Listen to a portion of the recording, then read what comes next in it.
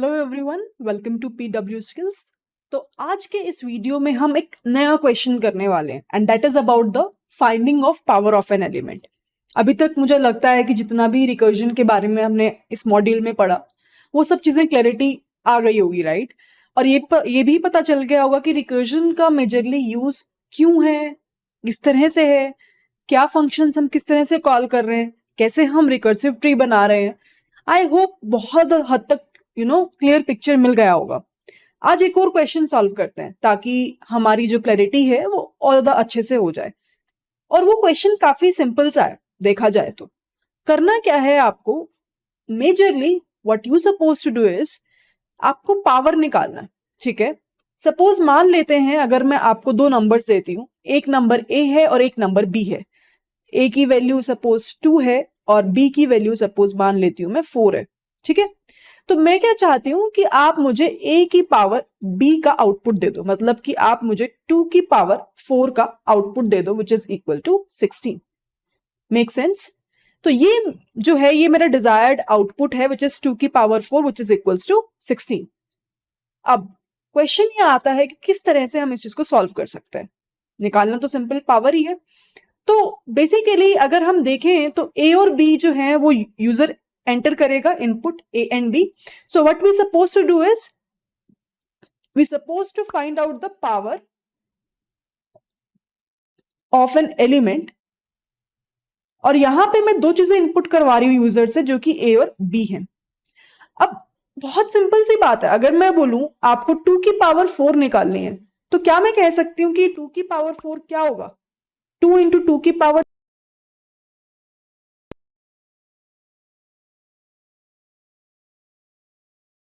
Power 3 होगा। क्या 2 की पावर 3 को मैं कह सकती हूँ 2 इंटू 2 की पावर 2 के इक्वल है? क्या 2 की पावर 2 को मैं कह सकती हूँ 2 इंटू 2 की पावर 1 के इक्वल है? और जैसे ही पावर 1 हो जाए क्या मैं कह सकती हूँ ये बेस केस कंडीशन हो सकता है किसी भी रिकर्सिव कोड का, जब मैं पावर की बात कर रही हूँ। क्यों? क्योंकि जब भी हम किसी भी एलिमेंट की पावर निकालते हैं, whenever we want to find out the power of an element, I hope सबको पता है, सबको मालूम है कि किसी भी नंबर की पावर अगर मैं 1 लिखूं तो उसका आउटपुट वो नंबर ही होगा। सब लोग मानते हैं इस बात को। मैं क्या बोल रही हूं, अगर मान लो a है और a की वैल्यू कुछ भी है, 2 है, 3 है, 4 है, 7 है, 15 है, 20 है, कुछ भी, उसकी पावर 1 किसके इक्वल होगी? a के इक्वल होगी। क्या इस चीज के लिए मुझे कोई कैलकुलेशन की जरूरत है? नहीं। What I can do is I can directly return the result. सब एग्री करेंगे इस बात से। तो बेसिकली मैं इसको क्या बोल दूंगी कि ये मेरी क्या है, एक तरीके से बेस केस कंडीशन है। This is my base case condition. Is everyone agrees with me on this point? तो बेसिकली अब मैं क्या करूंगी, मैं बोलूंगी कि अब मुझे लगता है सबको समझ में आ गया होगा कि हम क्या करने वाले हैं। क्योंकि रिकर्सिव कोड के अंदर हमें बस दो चीजों को ध्यान देना होता है। रिकर्सिव कोड के अंदर बहुत बार मैं बोल चुकी हूं ये बात कि हमें सिर्फ दो चीजों पे फोकस करना है। अगर वो दो चीजें अपने को मिल गई मतलब अपना कोड हम लिख सकते हैं। तो पहली चीज तो मुझे मिल गई बेस केस कंडीशन। दूसरी चीज क्या है, ये अगर a है तो मैं क्या कर रही हूं, a, ध्यान से देखना, what I am doing is I am saying this is a, consider this is a and this is nothing but we are calling the function again. मैं फंक्शन को दोबारा कॉल कर रही हूं। वैल्यू क्या है? b-1। तो I am calling this function again with the value a, b-1। क्या मैं बोल सकती हूँ ये चीज? तो बेसिकली मैं क्या करूंगी, मैं कहूंगी कि जब b की वैल्यू 1 के इक्वल हो जाए तो क्या करो, सिंपली रिटर्न कर दो a की वैल्यू को। क्योंकि मुझे पता है कि किसी भी पावर में अगर 1 आ जाता है, किसी भी वैल्यू के पावर में अगर 1 आ जाता है तो उसका आउटपुट क्या आता है? डायरेक्टली a आ जाता है। लेकिन अगर ऐसा नहीं है, इन एल्स केस अगर ऐसा नहीं है तो मैं क्या करूंगी, ये मेरा फंक्शन का नाम है पावर ऑफ एलिमेंट। मैं इस फंक्शन को फिर से कॉल करूंगी तो मतलब रिकर्जन यूज हो गया ना। मैंने इस फंक्शन को फिर से कॉल किया जो कि पावर ऑफ एलिमेंट है, और मैंने क्या कहा, इसमें जो वैल्यू जाने वाली है वो a, b-1 जाने वाली है, और इसके साथ में मैंने a को मल्टीप्लाई कर दिया, और यही मेरा क्या होगा, फाइनल रिजल्ट होगा। क्या मैं बोल सकती हूँ? और फाइनली हम क्या करेंगे, इस रिजल्ट को क्या कर देंगे, रिटर्न कर देंगे। We will return this result after the evaluation. तो रिकर्जन कहाँ आया? देखो दोनों चीजें फुलफिल हो गई। पहली चीज हमारे पास बेस केस कंडीशन आ गई। बेस केस कंडीशन क्या करेगी? कोड को टर्मिनेट करेगी, तो बहुत जरूरी है लगाना।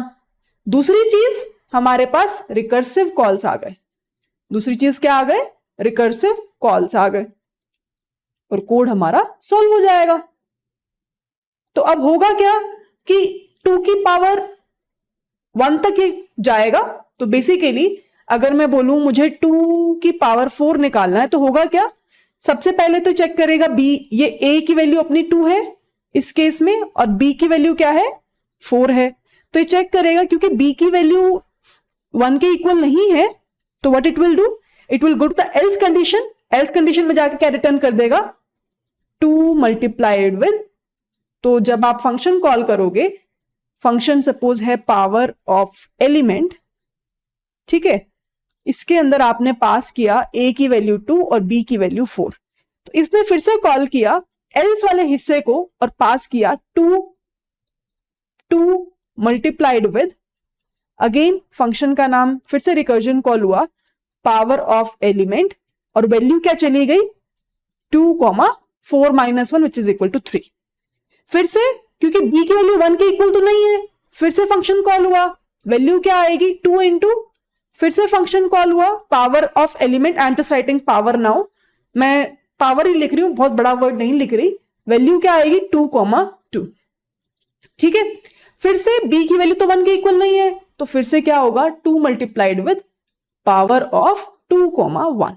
अब जैसे ही ये चीज आ गई, b की वैल्यू 1 के इक्वल हो गई, तो मेरा बेस केस कंडीशन आ जाएगा। और मैंने बेस केस में क्या बोला है? जैसे ही 1 के इक्वल हो जाए तो आंसर क्या दे दो? 2 दे दो, जो a की वैल्यू है। अब 2 इंटू 2 क्या हो गया? 4, तो मतलब कि ये 4 रिटर्न करेगा। 4 इंटू 2 क्या हो गया? 8, मतलब कि ये 8 रिटर्न करेगा। 8 इंटू 2 क्या हो गया? मतलब कि 16, ये 16 रिटर्न करेगा। तो बेसिकली अपने पास में जो फाइनल रिजल्ट आया वो क्या आ गया? वो आ गया 16। तो अपने पास में आउटपुट क्या आ गया? What is the output that we will be able to get? Equal to 16, जो कि बिल्कुल ठीक है, क्योंकि अगर मैं बोलूं what is the value of 2 की पावर 4, आंसर is 16 only। तो इस तरह से वाया रिकर्जन हम इस कोड को सॉल्व कर सकते हैं। पर अब क्वेश्चन ये आता है कि इसकी टाइम कॉम्प्लेक्सिटी क्या होने वाली है।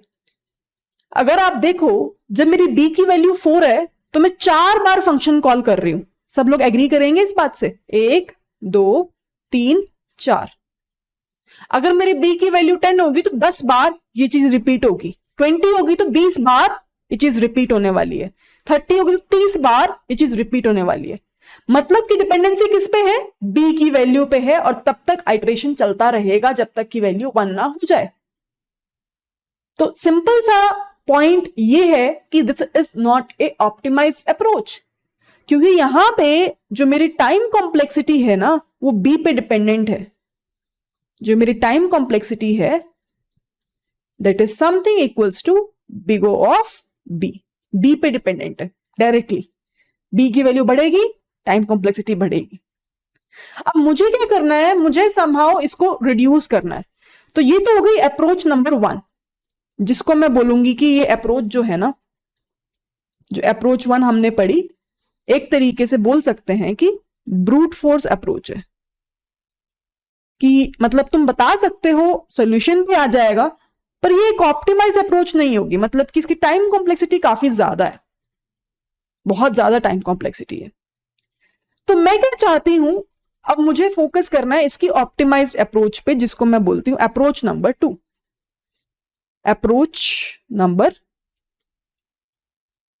2 जो कि होगी ऑप्टिमाइज्ड अप्रोच। अब अपने को फोकस करना है ऑप्टिमाइज्ड अप्रोच पे, है ना। कैसे हम कर सकते हैं इस क्वेश्चन को सॉल्व ऑप्टिमाइज्ड अप्रोच के साथ में। अब फिर से ध्यान देने वाली चीज है, मतलब कि जो ऊपर वाली अप्रोच हमने पढ़ी वो सही है, पर अगर मैं b की वैल्यू को बढ़ा दूं तो टाइम जो है कोड को रन करने का वो बहुत ज्यादा लगेगा।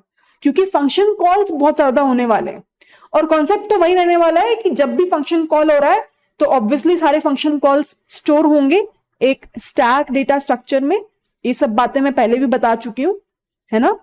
और तभी मेरे कोड को पता चलेगा कि ठीक है अब ये बेस केस खत्म हो गया है, तो अब इस कोड पे जाना है, अब इस वाले फंक्शन कॉल पे जाना है और रिटर्न करनी है वैल्यू। ठीक है, अब ऑप्टिमाइज अप्रोच में हम क्या कर सकते हैं? वीडियो को पॉज करके सबसे पहले सोचो कि what we can do here, क्योंकि स्पून फीडिंग नहीं करना है। ये नहीं कि जो भी बता रहे हैं बस वो ठीक है। सोचो थोड़ा सा कि मतलब ये जो प्रॉब्लम है इसको मैं कैसे ऑप्टिमाइज कर सकता हूं कि मेरी डिपेंडेंसी समहाउ बी की थोड़ी सी रिड्यूस हो जाए।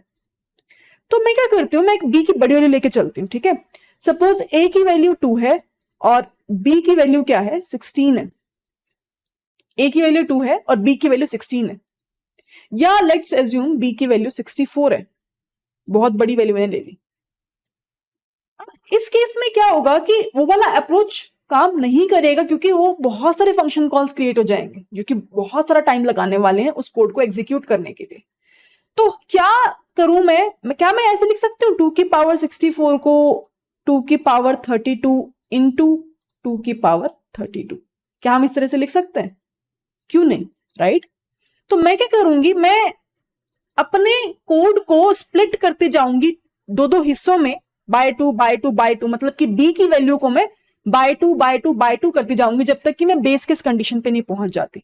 अब फिर से बेस केस कंडीशन सेम रहने वाली है।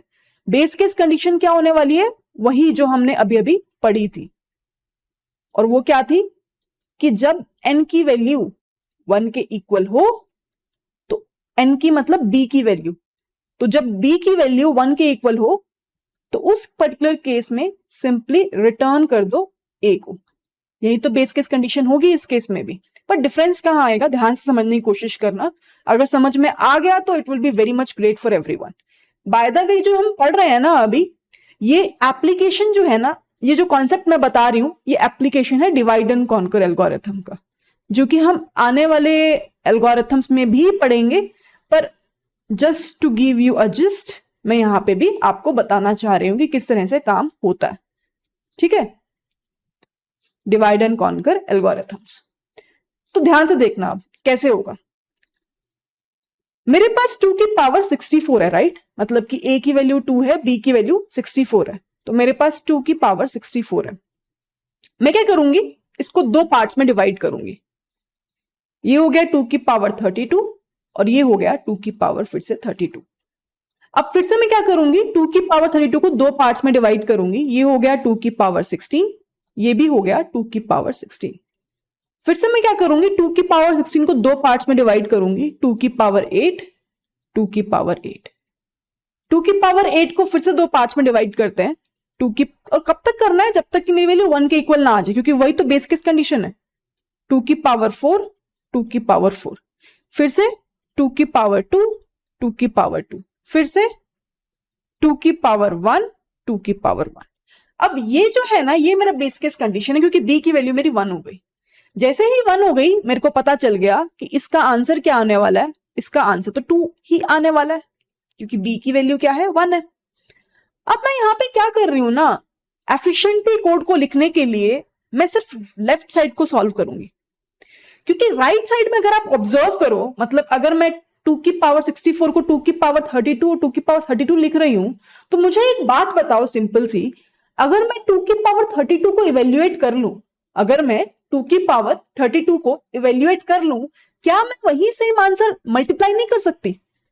कर सकती हूं ना। तो मैं क्यों दो बार अपना कोड चलाऊं सेपरेटली 2 की पावर 32 को इवेल्युएट करने के लिए?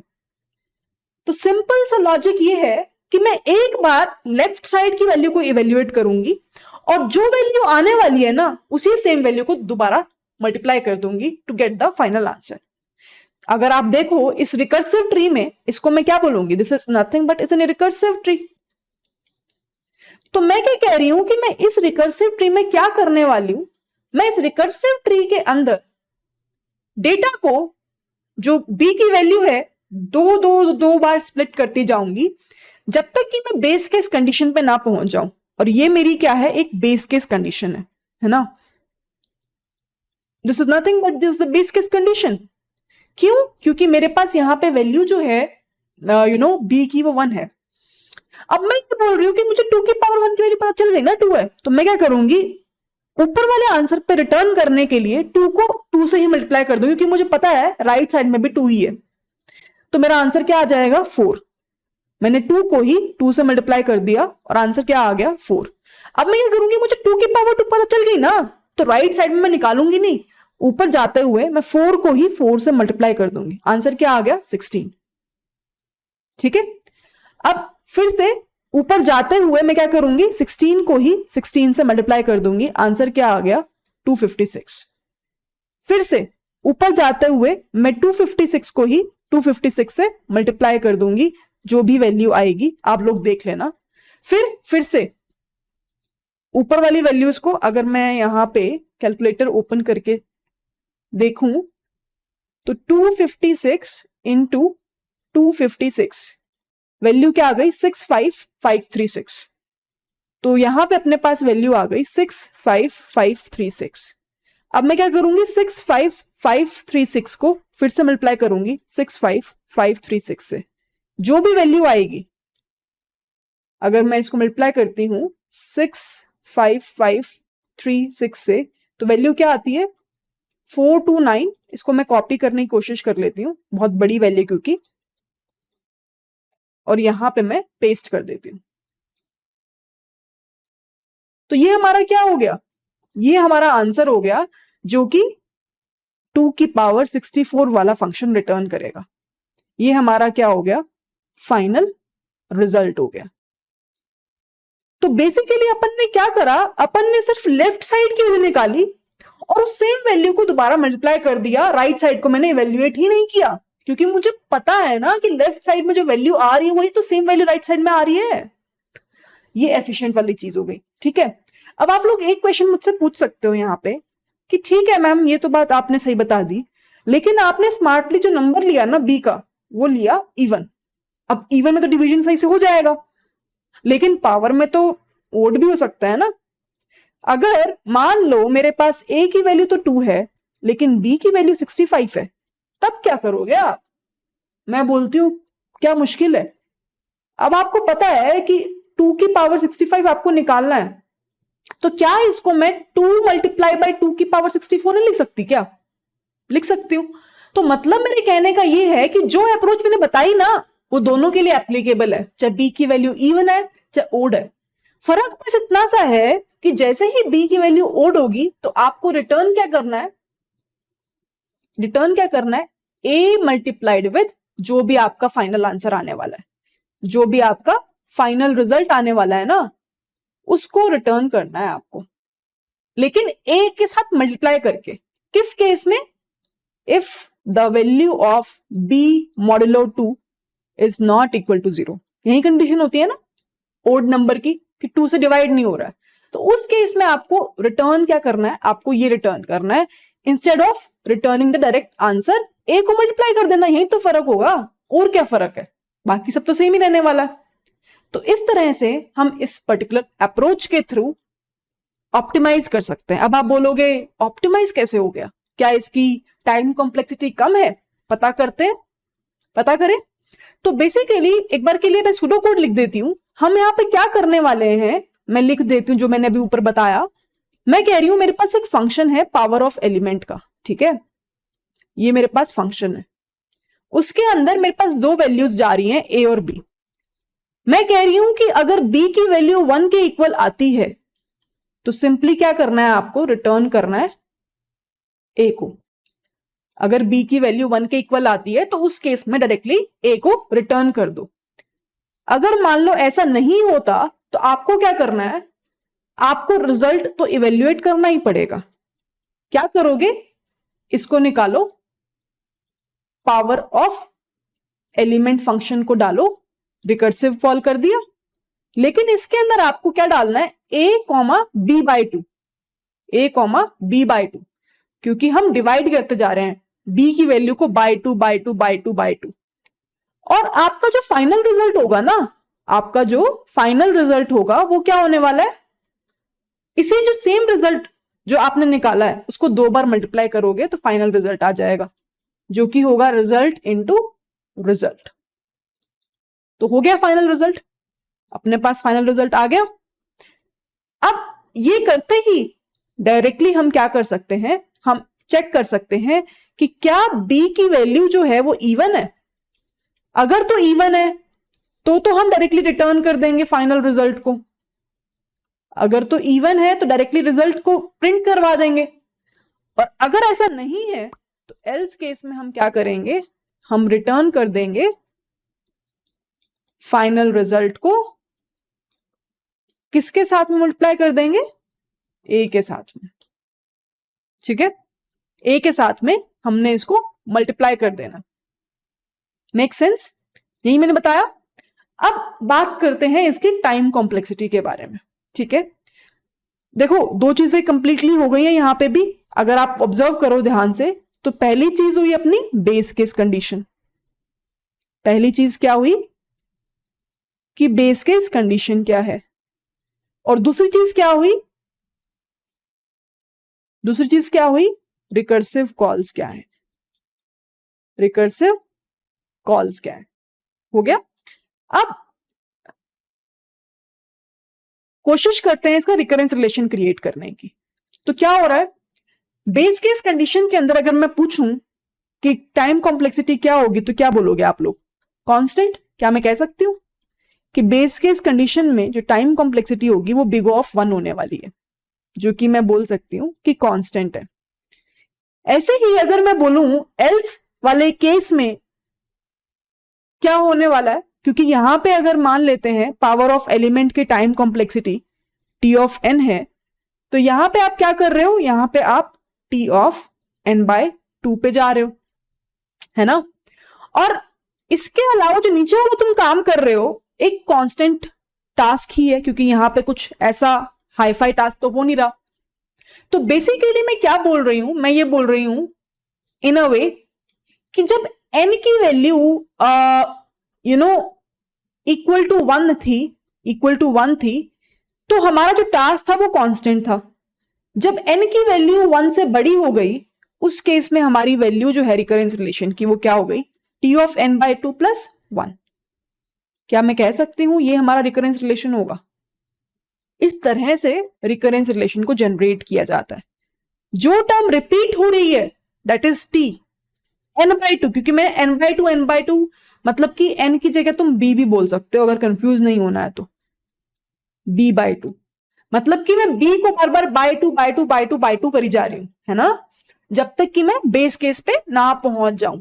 प्लस 1 क्योंकि बाकी का जो भी हम टास्क कर रहे हैं एल्स में वो एक कांस्टेंट टाइम ही लेगा। अब ये जो हमारा रिकरेंस रिलेशन क्रिएट हुआ, ये जो हमारा रिकरेंस रिलेशन क्रिएट हुआ उसको अपने को सॉल्व करना पड़ेगा। अब इस रिकरेंस रिलेशन को सॉल्व करने के अगेन हमारे पास 2 मेथड्स तो है ही, सब्स्टिट्यूशन भी है, मास्टर्स भी है। लेट्स अज्यूम मैं सब्स्टिट्यूशन से करती हूं, तो टी ऑफ बी की वैल्यू क्या है, T of B by 2 plus 1। मैं क्या करूंगी, T of B T, so this is the first equation, right, standard equation. पहली इक्वेशन अपनी ये है। मैं आपसे पूछूं कि बताओ अगर मुझे टी बी बाय 2 को सब्स्टिट्यूट करना है तो उसकी वैल्यू क्या होगी।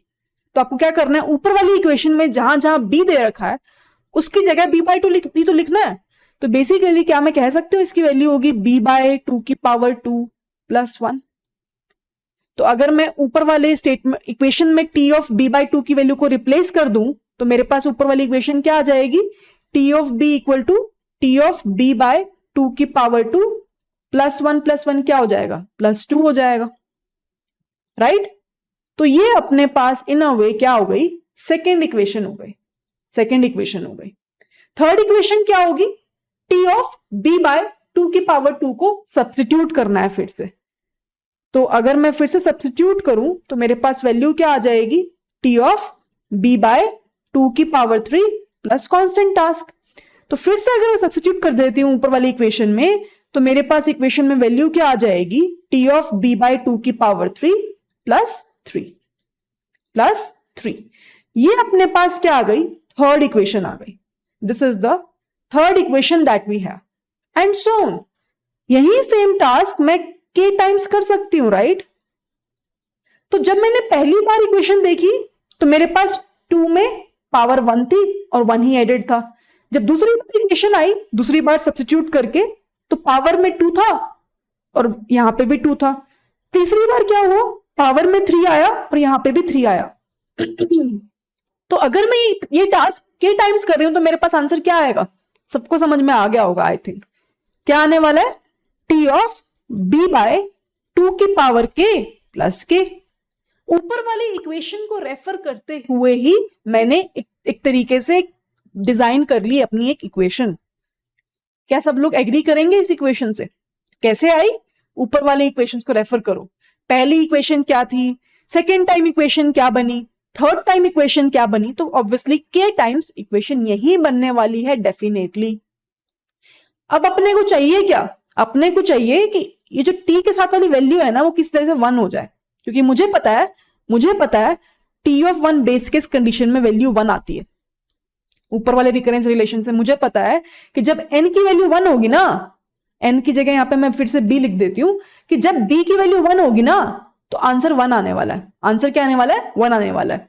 तो बेसिकली मैं क्या करूंगी मैं यहां पे b बाय 2 की पावर k को 1 के इक्वल कर दूंगी, तो मुझे पता चल जाएगा कि k की वैल्यू क्या है। b इज इक्वल टू 2 की पावर k। अगर मैं यहां पे log बेस 2 लेती हूं तो log बेस 2 b k की पावर, जो k पावर में है वो आगे आ जाएगा लॉगरिथमिक प्रॉपर्टी में, log 2 बेस 2 ये 1 हो जाएगा। तो मतलब कि मैं बोल सकती हूं कि मेरे k की वैल्यू क्या है? log 2 base b, log 2 base b। तो मैं ऊपर वाली इक्वेशन के अंदर अपनी k की वैल्यू को इंसर्ट कर देती हूं फटाफट से। तो मेरे पास इक्वेशन क्या होगी? t of b which is equals to t of b by 2 की power log b base 2 plus log b base 2। अब इस इक्वेशन को सॉल्व करते हैं। t ऑफ, अब आपको पता है कि ये जो b है और ये 2 है ये इंटरचेंजेबल है, तो मैं क्या करूंगी? b को यहां ले आऊंगी और 2 को ऊपर ले जाऊंगी। वैल्यू क्या हो गई? 1। वैल्यू क्या हो गई? 1। थोड़ा सा आप लोगों को थोड़ा सा प्रोफिशिएंट होना पड़ेगा लॉगरिथमिक प्रॉपर्टीज के बारे में, कैलकुलेशन को फास्ट करने के लिए। अब b से b क्या हो गया? कैंसिल हो गया और अपने पास वैल्यू क्या आ गई? t of 1 plus log of b base 2। तो ये तो कांस्टेंट है, ये तो 1 है। तो ओवरऑल टाइम कॉम्प्लेक्सिटी क्या हो गई? क्या मैं कह सकती हूँ टाइम कॉम्प्लेक्सिटी हो गई log ऑफ b बेस 2? तो t ऑफ b की वैल्यू, टाइम कॉम्प्लेक्सिटी कितनी आ गई? log of b base 2। तो बेसिकली कौन सी टाइम कॉम्प्लेक्सिटी छोटी है? सेकंड अप्रोच वाली, राइट? क्योंकि हम यहाँ पे लॉगरिथमिक पे बात कर रहे हैं। तो हमेशा ध्यान रखना जब भी आप चीजों को ना डिवाइड करोगे बाय 2 बाय 2 बाय 2, आपको याद होगा जब हमने बाइनरी सर्च के बारे में पढ़ा था तब भी तो हम यही कर रहे थे। हम सर्च स्पेस को divide by 2 divide by 2 divide by 2 कर रहे थे, राइट? सिमिलरली यहां पर भी हम क्या कर रहे हैं? यहां पर भी हम b की वैल्यू को डिवाइडेड बाय 2 करते जा रहे हैं जब तक कि हम बेस केस कंडीशन में नहीं पहुंच जाते। तो हमेशा ये ध्यान रखना कि जब भी हम डिवीजन बाय 2 करेंगे, चांसेस आर वेरी हाई कि उस केस में हमारी जो कॉम्प्लेक्सिटी होने वाली है वो लॉगरिथमिक होने वाली है, अगर उसके अलावा कोई और टास्क वहां पर नहीं हो रहा है एज सच जो कांस्टेंट ना हो, राइट? तो इस तरह से हम एफिशिएंटली अपने पावर के कोड को लिख सकते हैं, एफिशिएंटली इस कोड को सॉल्व कर सकते हैं। अब मैं एक काम करती हूं, इस कोड को इंप्लीमेंट करके दिखाती हूं फटाफट से, ठीक है? जो भी हमने पढ़ा उसको हम इंप्लीमेंटेशन साइड पे लेके चलते हैं। तो यहां पे अगर आप ध्यान दो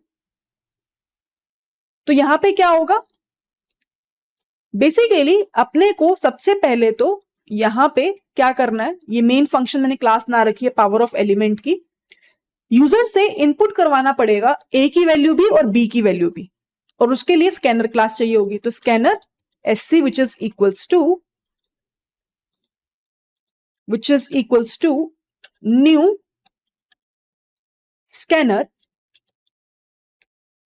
स्कैनर सिस्टम डॉट इन, ठीक है? इनपुट करवा लिया अपन ने। अब इंट a जो कि होगा sc डॉट नेक्स्ट इंट, ठीक है? इंट b जो कि होगा sc डॉट नेक्स्ट इंट। एक और काम यहां पे कर लेते हैं, ताकि यूजर को पता चल जाए कि अब उसको एंटर करनी है वैल्यूज, हम एक बार प्रिंट करवा लेते हैं। तो system dot out dot println, यहां पे हम लिखेंगे enter the values of A and B. तो इस तरह से हम प्रिंट करवा लेते हैं चीजों को, ठीक है। तो ए और बी हमने इनपुट करवा लिया। अब यहां पे क्या होगा, फंक्शन कॉलिंग होगा। यहां पे क्या होगा, फंक्शन कॉलिंग होगा, जहां पे मैं एक रिजल्ट का इंट टाइप का वेरिएबल बना देती हूं और कॉल करती हूं अपना फंक्शन पावर एलिमेंट, या फिर पावर फाइंड फंक्शन बना देते हैं, ठीक है। और उसके अंदर अपन ए और बी की वैल्यू को इनपुट करवा देंगे जो यूजर ने डाली होगी, और फिर क्या करेंगे, उसको प्रिंट करवा देंगे। System dot out dot println power of A to the power B S, और यहां पे हम थोड़ा सा स्पेस देके रिजल्ट को डाल देंगे। आई थिंक ये बात क्लियर हो गई सबको, बड़ा आसान सा है, राइट। अब बेसिकली मेजर जो टास्क अपने को करना है वो करना है फंक्शन को डिफाइन करने का, राइट। तो यहां पे जो मेजर टास्क आता है वो फंक्शन डेफिनेशन का आता है, फंक्शन डेफिनेशन। उसके लिए फिर से अपने को पब्लिक स्टैटिक एंड फंक्शन का नाम क्या है, पावर फाइंड, ठीक है।